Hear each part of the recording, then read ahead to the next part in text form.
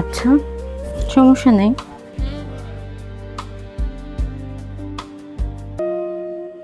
তাহলে এই সময়টুকু শুধু আমাদের।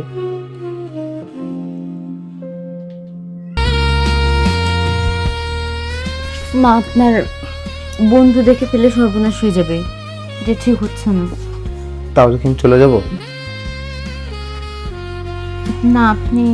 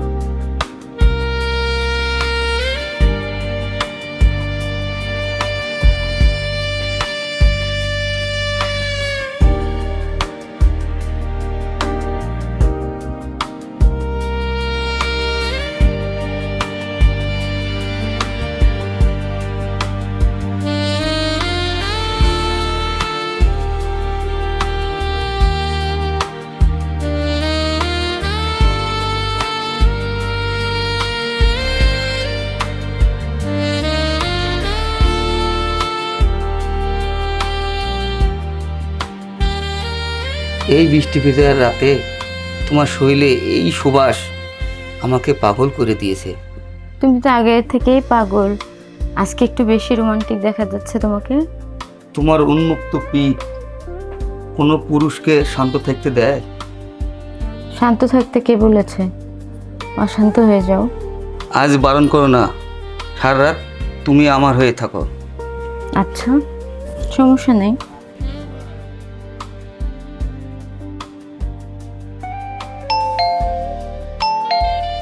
এখন কে আসলে অসময়? বাড়িতে যাও, দেখি দেখো। কে আসলো।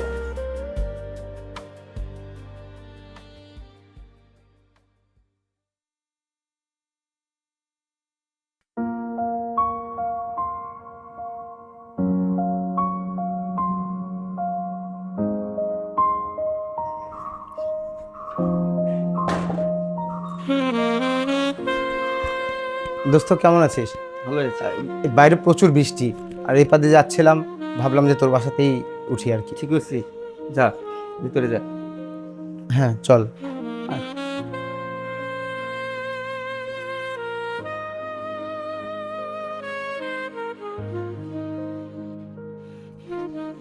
আসলে ভাবি, বাইরে বৃষ্টির বেগটা অনেক বেশিই ছিল, এই জন্যে বাধ্য হয়ে চলে আসলাম। তুই ফ্রেশ হয়ে রে। মেউ, আবিরের জন্যে একটি টি শার্ট আর লুঙ্গি দাও, আর কড়া করে এক কাপ চা বানাও। আমার ফোন এসেছে, আমি বাইরে যেয়ে কথা বলি। আপনি এখানে দাঁড়ান, আমি আপনার জন্য লুঙ্গি গামছা নিয়ে আসছি। ঠিক আছে।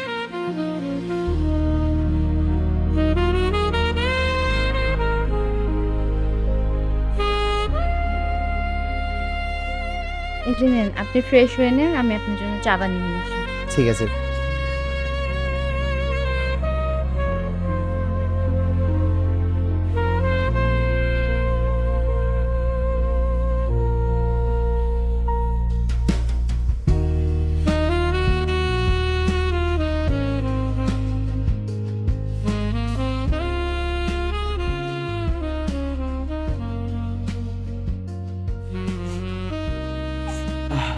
এই যে আপনার চা। এটা কি দরকার ছিল?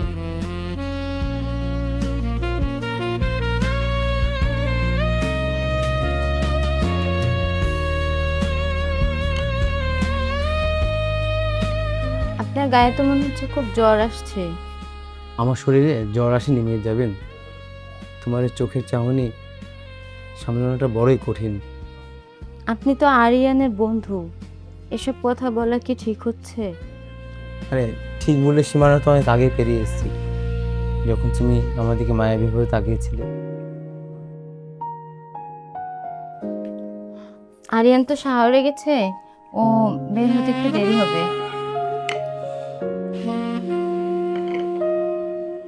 তাহলে এই সময়টুকু শুধু আমাদের।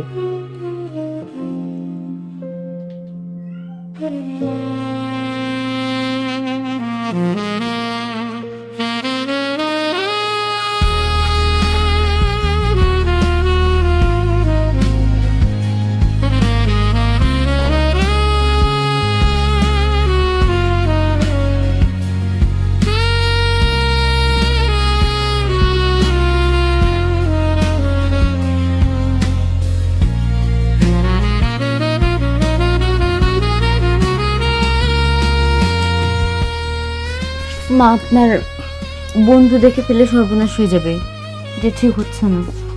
তাহলে কি আমি চলে যাব? না, আপনি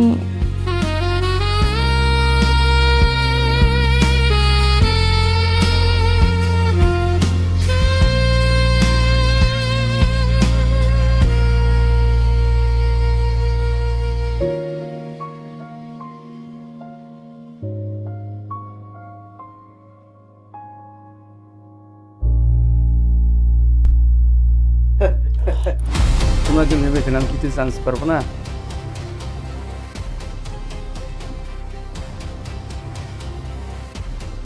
আমি চেয়েছিলাম এই বৃষ্টির রাতটা আরো সুন্দর হোক।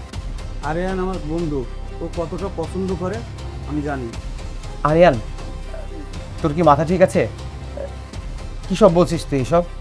আজ কোনো আড়াল থাকবে না, কোনো ভালোবাসার নিয়মও থাকবে না এই ঘরে। আজ আমাদের জীবনে সুন্দর রাতটা শুরু করি। আরিয়ান, আমি জানতাম তুমি এইভাবে আমাকে চমকে দেবে।